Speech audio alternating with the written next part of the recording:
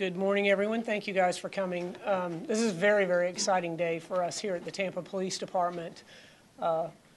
We are rolling out a new technology, and you know how police officers, we love our acronyms. It's SAFECOP, and it's situational awareness for enforcers, common operating picture, but SAFECOP is what we call it for short.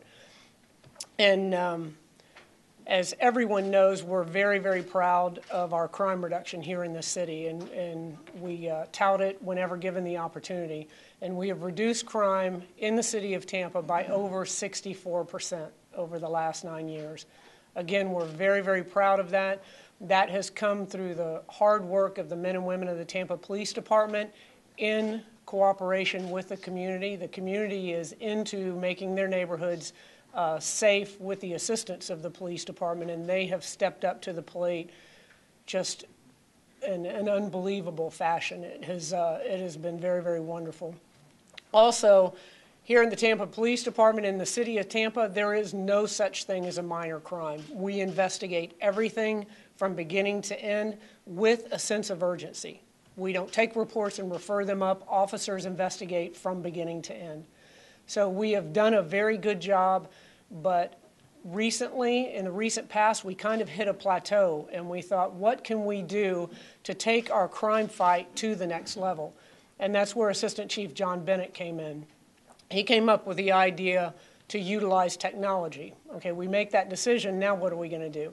He looked at a software solution that we already had and looked for ways to leverage that solution. And that solution was eSponder.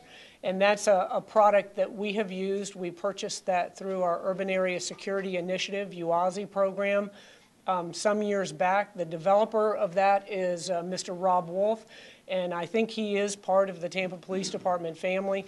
He may have a gun and a badge. If he does, I don't really want to know about that part. But for the most part, he is a family member, and he's here for any of the large events that we have. And he and Assistant Chief John Bennett have worked over the last 2 years to put this program or this thought and turn it into a program that the officers are using today. eSponder was purchased by the company NC4. And eSponder is something that we have used through the years as an incident management software. We use it every day, the officers do, for any special events we have, large or small. We've used it for all of the Super Bowls. We use it for Gasparilla, and we just recently used it with the RNC. And as I said, Rob, being a part of our family, is here for every one of those events. And I'm not sure he ever left my conference room during the RNC. He was here the entire time.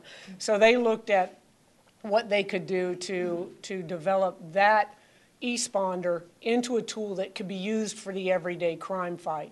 We analyze everything in this department, and all of that analysis and what comes out of it is then sent out to the officers. So the idea was, how can you get that information out to the officers in real time? Let them do the analysis.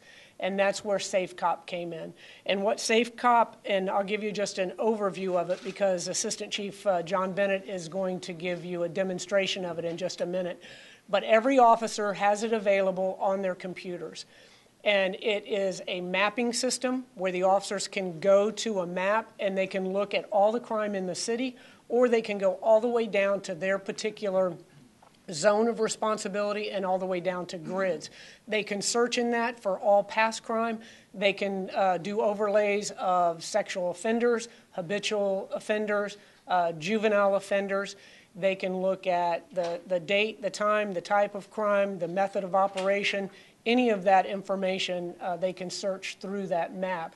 They also can develop bulletins in real time.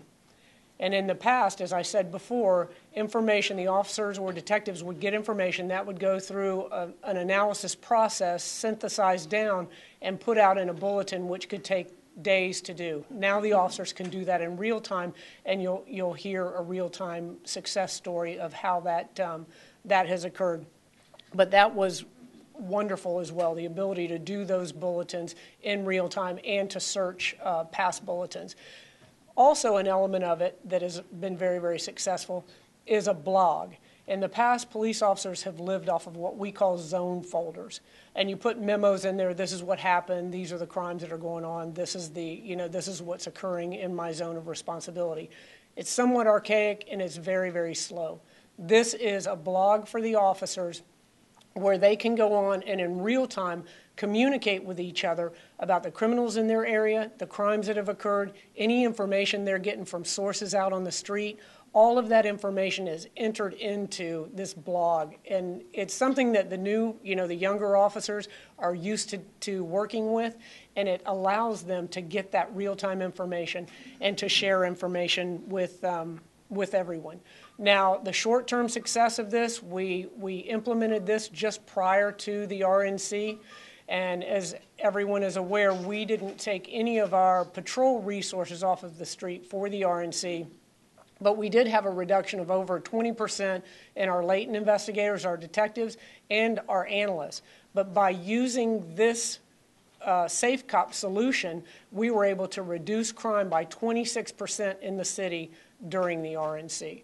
So that's a pretty amazing success already. We had 300 officers on the system at that time. Now we have over 700. And in the long term, as I said, this was a UASI solution. So in the long term, it can be shared with 8 counties throughout the UASI region. So we will be able to share information with other cities and other counties as well. So there, frankly, will be no place that any criminal will be able to go and hide from law enforcement.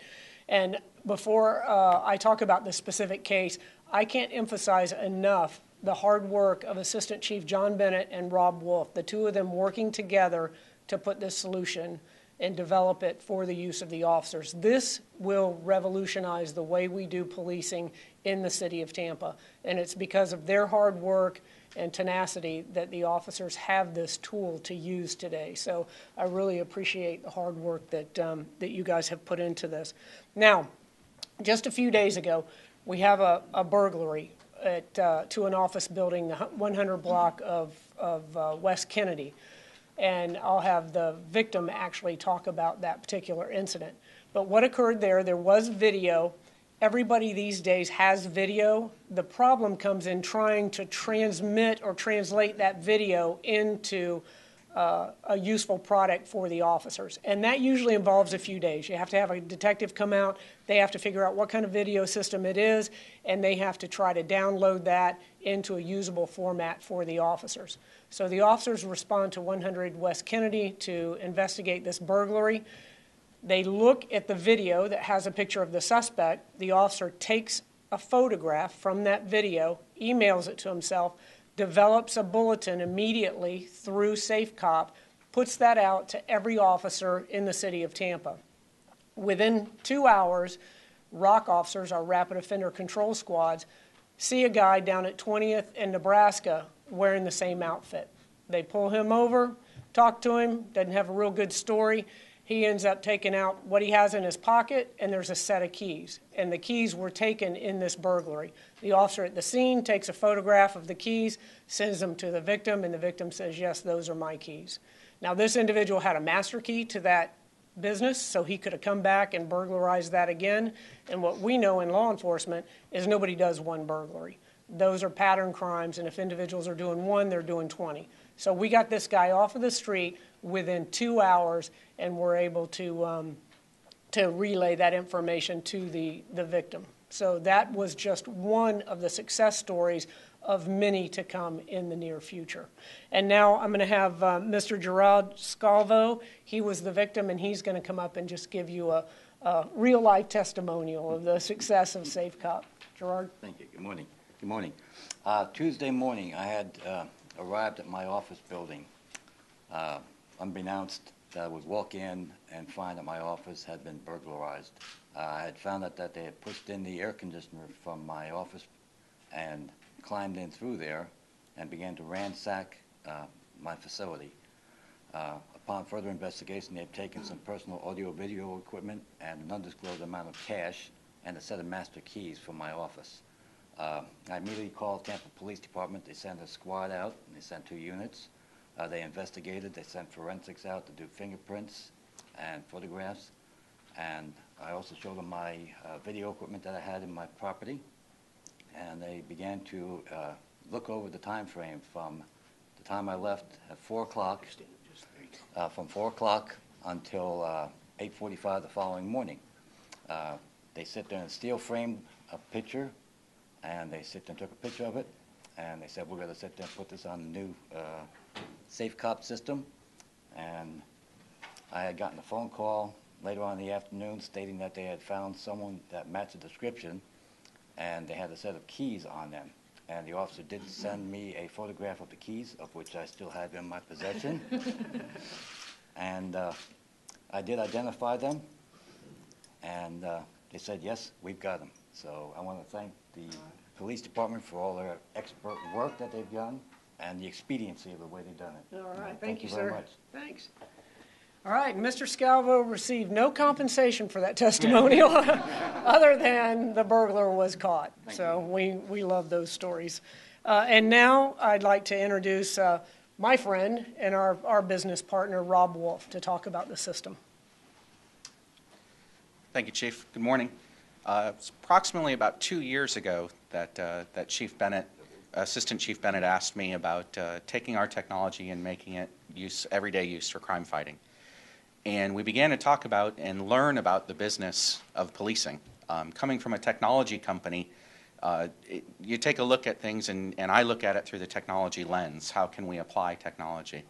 But we were very, very fortunate that over the course of the next year and a half or so, Assistant Chief Bennett and the staff really embraced our technology firm to come learn the business of crime fighting and learn how things work and learn the patterns and learn the tools that are used in the field today, what's working, what's not working. We sat through many sessions with many different officers. We rode along in cars, many hot afternoons in Tampa sun, learning about how things are done. And we were able then to craft a solution that not only meets Tampa's needs, but also, as Chief Castor mentioned, we believe will revolutionize policing not only in the United States, but worldwide. And most of that is about speed, how to take information and get it into the officer's hands faster and better, and equip them with better tools and more information. So I'd really like to thank Tampa Police Department for spending the time and investing the time with us to allow us to build a solution and for allowing us to take that out to market. It's really been a pleasure to work with all of the men and women of the Tampa Police Department and learn how they work and what just an amazing job that they do. We've already begun to hear stories, as mentioned, of a 2-hour effective policing, and I'm confident that that will continue on for years to come. All right. Thank you, Chief. Thanks, Rob. All right, now before we go on to the demonstration, I want to recognize, I know she's in the back and she won't take any credit, but Lieutenant Mary O'Connor has done all of the training. She and Jerry Clark have done all of the training so far and done the yeoman's work of putting this into place. And again, Assistant Chief John Bennett is going to give you guys a demonstration of it, and then you get to ride with Tampa's finest in the back and see it firsthand, how it works and how simple and effective it is for the officers. Again, we feel like this will revolutionize policing, not only at the Tampa Police Department, but throughout the nation. All right, so as Chief Castor and Mr. Wolf mentioned, I want to take you through a quick timeline of our evolution of what led us to the technology. I mean, I think the most interesting piece is that this is born out of essentially a labor of love of what the officers and detectives and ROC officers do every day, as well as the analysts. So it's essentially a speedier process to getting to a solution for a crime, and of course that breeds efficiency in communication. So those two components are really what the root or the core was for the development of this. So I think what I'd like to do is start out with kind of a understanding of how this works, and I have a hard copy for you if you need it. But essentially there's 4 cornerstones to the solution that allow this fusion in the car to happen for the officers, detectives, ROC officers, analysts. And of course that you still have the command ability to look at it as well. But as you heard downstairs, there's a map layer, and we'll show you that. inside the map layer, much like a doctor would take care of a patient or a group of doctors would take care of a patient, there's case management. In this case, it's managing the case to closure as fast as we possibly can. You heard the case example about the bulletin and the expediency of getting the bulletin out for all the officers to have situational awareness in as real time as possible. And of course, the burglary success story was there. And then of course, the ability to blog information in real time with their zone partners by area. And the chief often reminds us that we all have a piece of the puzzle, and we don't want to take that piece home. We want to leave it in the solution every day, so that way the next officers, detectives, corporals coming on shift, there's no information gap, which only benefits our victims because we're trying to solve crime faster to avoid the next crime from happening. So what had happened after we had gone through our journey on the Focus on 4 and crime reduction, we were using a monthly meeting process to try and have accountability and obtain new metrics in crime reduction. Well, that evolved about 4 years ago into a weekly crime meeting in each district. So we went from a month to a week, and that's the bridge of speed that we're trying to talk through. And what had happened for about the last 4 years is each district, I'll show you District 1 now, the analyst would produce a crime map on a weekly basis, which is still in existence as of a couple weeks ago.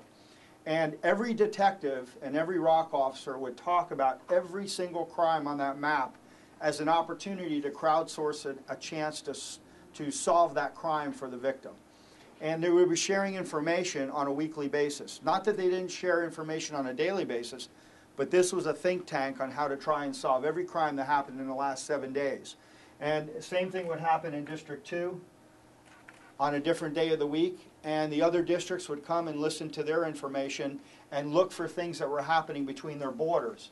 So we have the sharing of information by time and space and geography and shift and cycle. So all those things are happening in a great effort, like the chief said earlier. Everybody's working very hard, but still things were going home with officers in their back pocket or in their head, and it was never left inside of a solution. So that evolves into our SAFECOP synthesis, which again is born of the processes of all the men and women that have been working so hard to reduce crime over the last 9 years.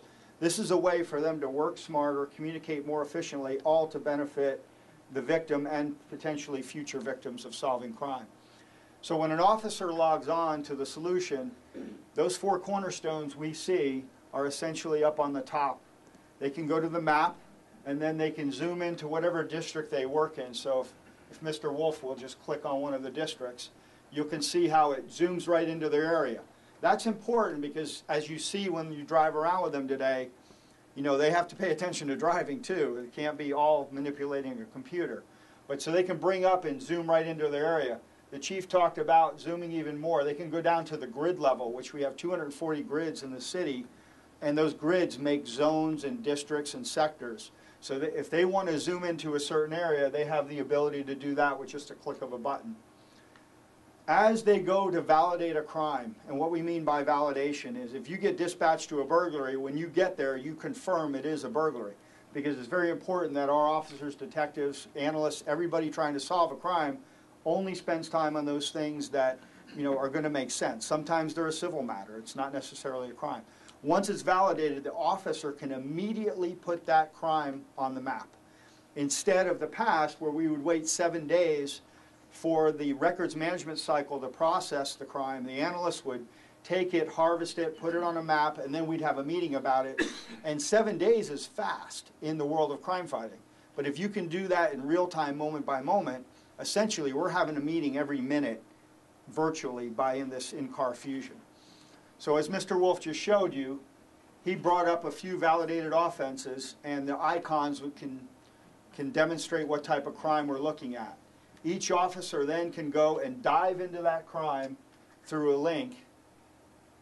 I think your blocker is on.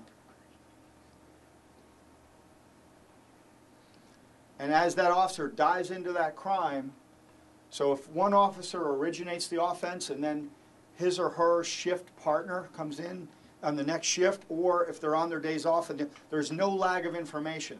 They can actually go into that offense, and as they go in, they can blog together much like they would be doing a phone call, except everybody gets to see it.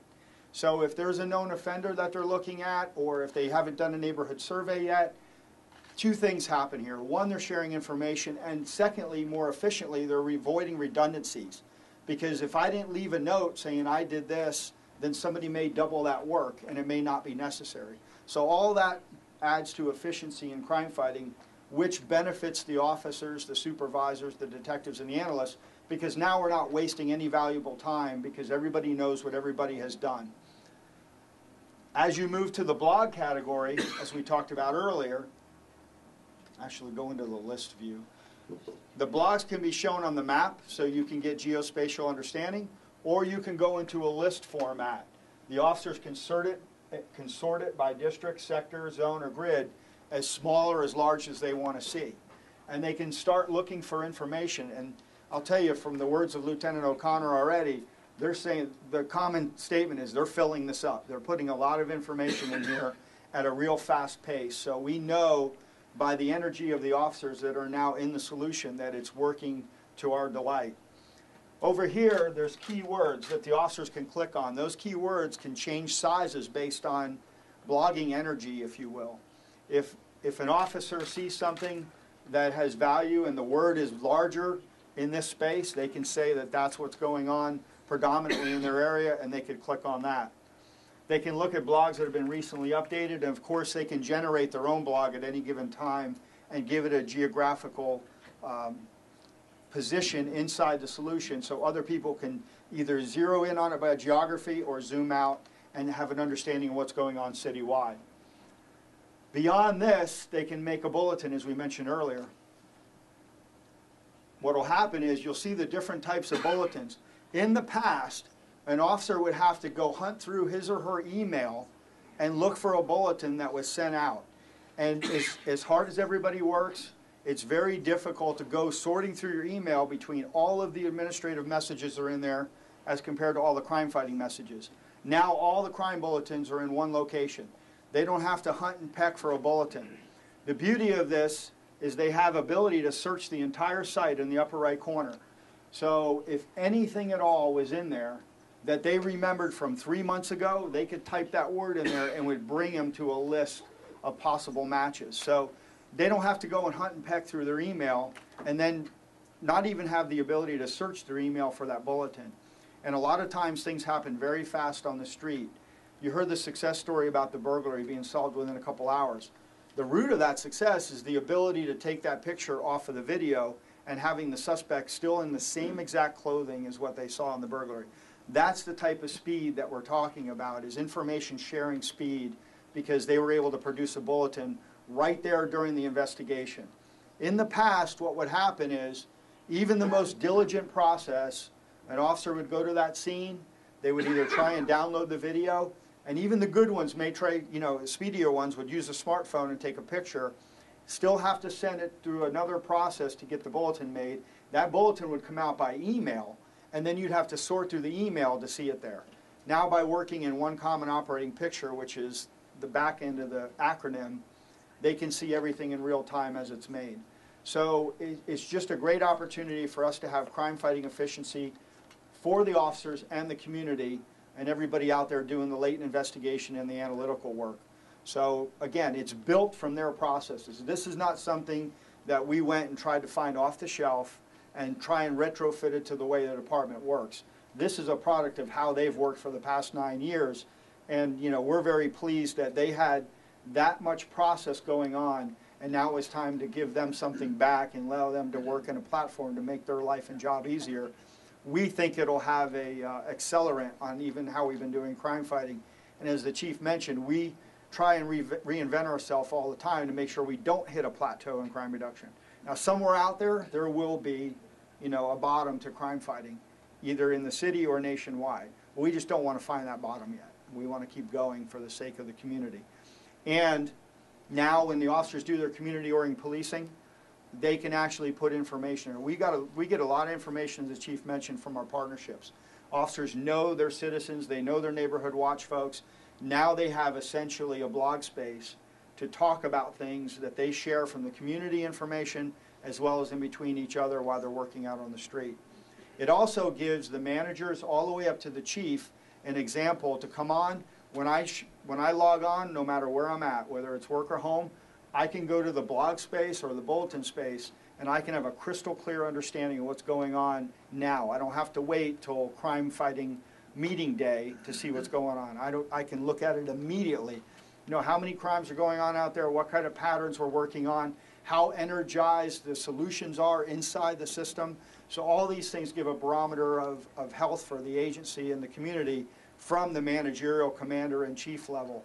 And we're hoping that as more agencies come online with this, those boundaries, whether they're within the city or inside the region, will start to soften, and the criminals will have nowhere to hide at that point, because we're all going to be sharing information in real time.